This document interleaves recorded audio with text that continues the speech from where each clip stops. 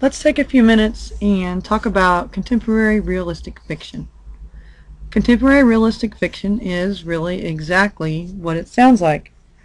It tells a story based in our everyday life that is realistic. It could happen. Every element of the story could possibly happen in real life. But it's fiction, so it's made up from the imagination of the author. And contemporary realistic fiction is usually the genre that can pull reluctant readers in to reading, because contemporary realistic fiction covers a plethora of topics, ideas, and problems, family, school, talks about animal sports, and we're going to talk about all of those as we look at this genre. But the contemporary realistic fiction allows the reader to really connect with the characters in the story. They see these people as friends. They see them as people they can relate to. They say, hey, they have the same problems I do, and see how they cope with those problems. And they are those books, those stories that usually get into our psyches and that just stick with us forever and ever, even after we've grown up. We remember those books long after we are children and teenagers. What makes this genre for children and young adults is that the protagonists or the main characters are either children or teenagers. So we're looking at these stories through the eyes of the children or the teenagers who are experiencing the stories. Another, I won't say advantage, but another characteristic of contemporary realistic fiction is that they deal with issues being faced by current kids, children, young adults in today's society. So when you go back and read books from contemporary realistic fiction books from the 1940s and 50s, you'll see that a lot of the stories were more portrayed children as doing positive things. The parents were always supportive. They didn't get into a lot of the darker sides of life. And then there was a shift in the mid-60s to recognizing that, sometimes families are broken. Sometimes kids go through some bad things too. And we need to explore those kinds of themes in books so that kids have a place to go to read about other people having those experiences, and they get coping mechanisms and that kind of thing. And there's arguments on both sides that books dealing with the darker sides of being sometimes experiences of being a child, drug abuse, divorce, those kinds of things are bad. We shouldn't write books about those because we don't want our kids to be exposed to those darker themes yet. They can't handle those. And then there's the other side of the fence or the pendulum that says we need to expose kids to these kinds of ideas so that they can understand that for kids who have experienced what's going on in those stories, they can say, hey, there are other people in the world that know what this is like, who know what this kind of life is like. And perhaps that the protagonist in that story overcame those struggles, and so the child can see, oh, they got through it, they made it, I can make it too. Gives them a voice. And it also gives those kids who might not understand divorce or drug abuse or any of that, they can say, oh, and it gives them more empathy towards kids, others, their contemporaries, their peers. So there's those arguments on both sides. I'm not going to say which is right and which is wrong, because there's not a right or a wrong. It's just opinions on both sides. And contemporary realistic fiction books are usually the ones that are contested the most often. They're going to be the ones that people are going to come in and say, this book has some language I don't approve of, or this book has there's sex in this book, or the kids use drugs in this book. So these are going to be the ones that people are going to protest the most. They're the ones that usually show up on the list of banned books as you go through. But contemporary realistic fiction is also the largest genre because of the different categories and storylines that fall into this genre. So contemporary realistic fiction, again, is that genre that covers things that could happen to any of us. There's no magic involved or anything like that. It's just people trying to get through or working to get through life day after day. So the first kind of contemporary realistic fiction book are those dealing with animals, animal stories.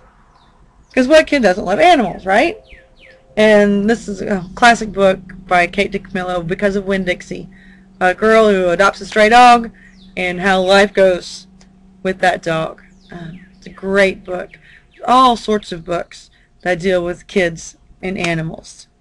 Black Beauty, there's all sorts of those. And so animals play a key role in our relationships every day.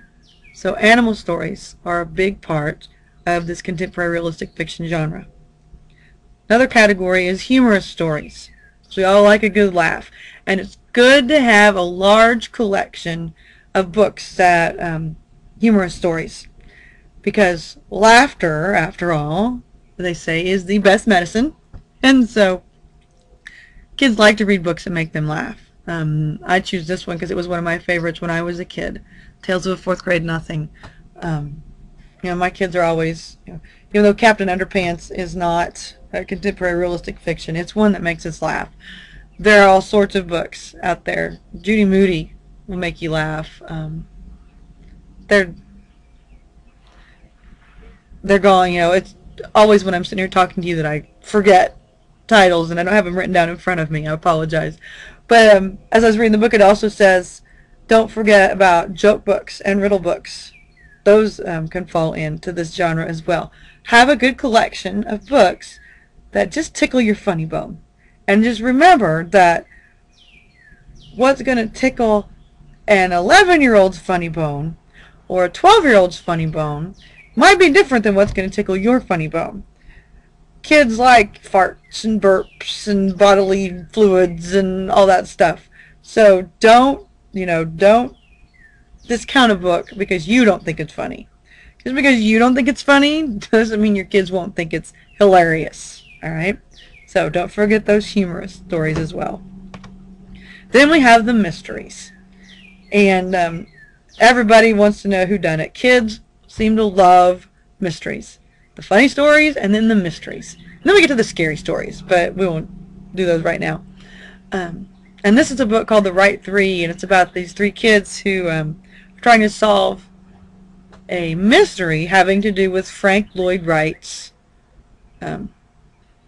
house, waterfall house. Yeah, see, it's gone. I hate it when I do that. I need to write my notes better. So, Blue Bollier writes some really great mysteries for middle-aged, middle school-aged readers. They're really intriguing. They're going to draw you in. There's puzzles and stuff within them. You know, I have a daughter who loves the Hardy Boys right now. She's into that mystery stuff. You know, there's a Nancy Drew series, mysteries. I think might speak wrong, but Cam Jansen, there's some mystery within Cam Jansen books. Mysterious Benedict Society is one of my favorites. Got a little mystery going on. There's some mysteries for, you know, older readers too. I tend not to read those. I am a fan of kind of middle level books. So I will admit that those titles don't come to me off the top of my head. I'll try to provide you with some different authors and people who write books for older students as well. But mysteries are always a popular part of contemporary realistic fiction. But just because it's a mystery doesn't mean it's a contemporary realistic fiction book. There are some mysteries that have some elements of fantasy in them as well. So remember that in this genre, contemporary realistic fiction, everything being experienced should be able to be experienced here in real life. Okay? All right. Then we have the problem novels.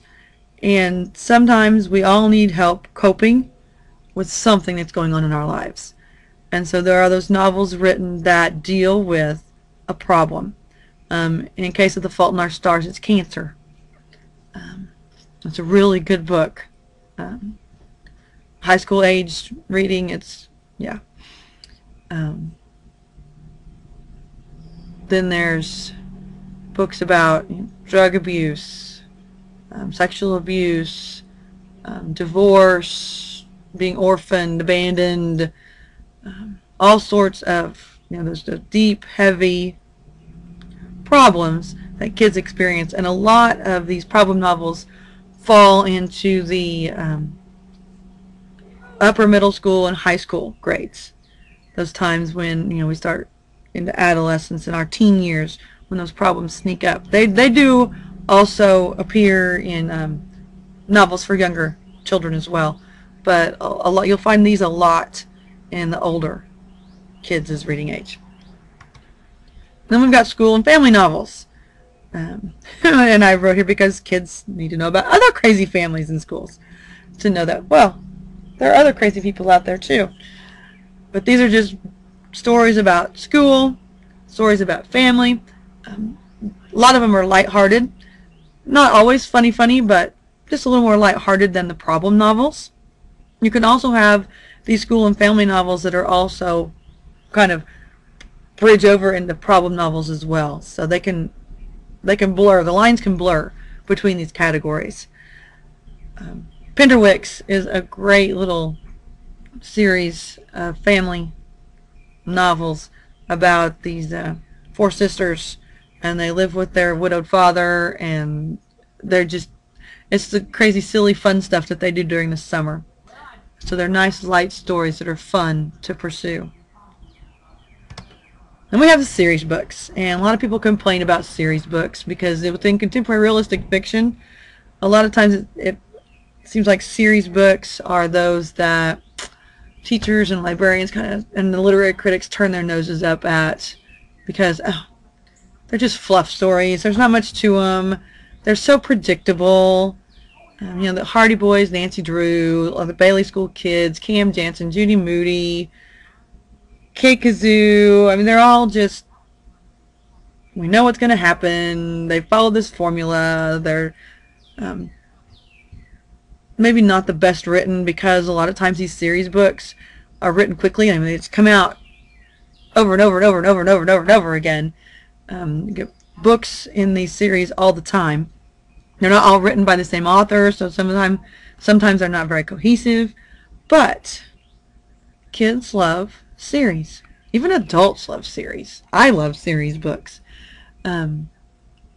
So the best, I will say this, the best series are ones that begin, they come out, as a hardback, and you read it and you get involved and you fall in love with the characters, and then you can't wait for the next one. You know at the end that there's going to be another book. Okay? And I believe that's how some of these other series started, but then, took off crazy. And I'm not going to discount any series of books. I don't want to discount any books, period. Because if we can find a book that gets a kid to say, oh, reading's not so bad after all, then by gosh, let them read it.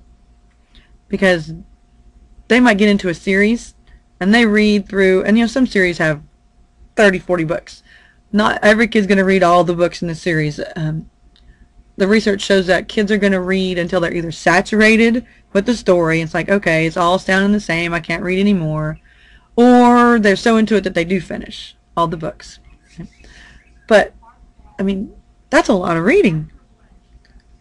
And any reading is better than no reading, in my opinion.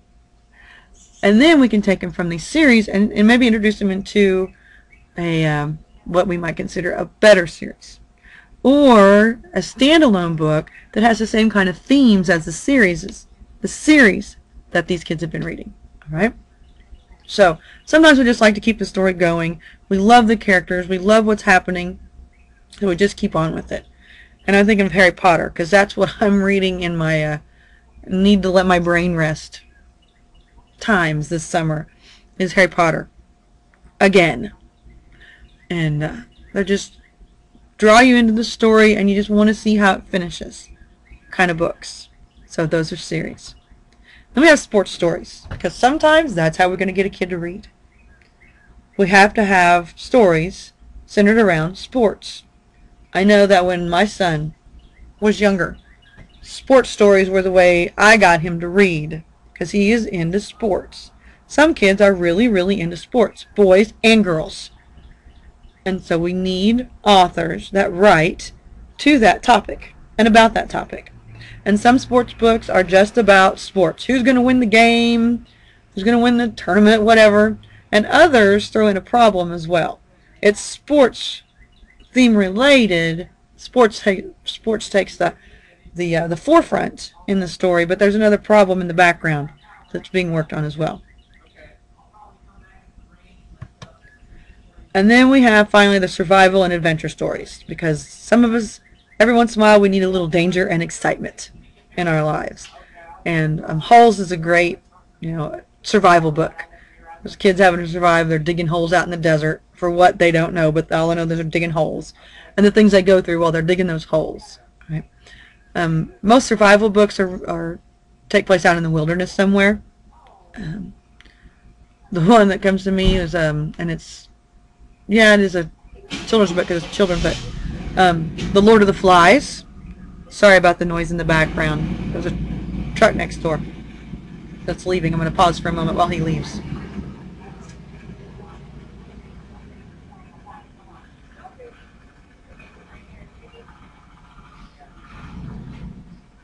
Okay. And adventure books, they just take us, there's danger, there's excitement. There's been a plane wreck or something's happened so that these people have to survive, go on an adventure of some kind. And we just want to know, be in there and go with them and do it. So that's survival and adventure. So these are different kinds of contemporary realistic fiction. And this genre of contemporary realistic fiction encompasses so much and is so broad that it's just amazing. And it's one of those genres that we can just pull people into and say, hey, try this. Okay, you don't like that one? Try this. You like sports? Here's a sports book. You love animals? This book is about this dog that's just fabulous. You'll love it. You like adventure? Oh, I've got an adventure book for you. Oh, you like to laugh. Check this one out. I think you will giggle all day. All right? So we have to keep in mind, get to know our readers. And I would recommend that you, as a future librarian or even as a teacher, make sure that you let yourself read other books in the different types of books in this genre. That way you're familiar with authors and titles and people to have your students read and recommend.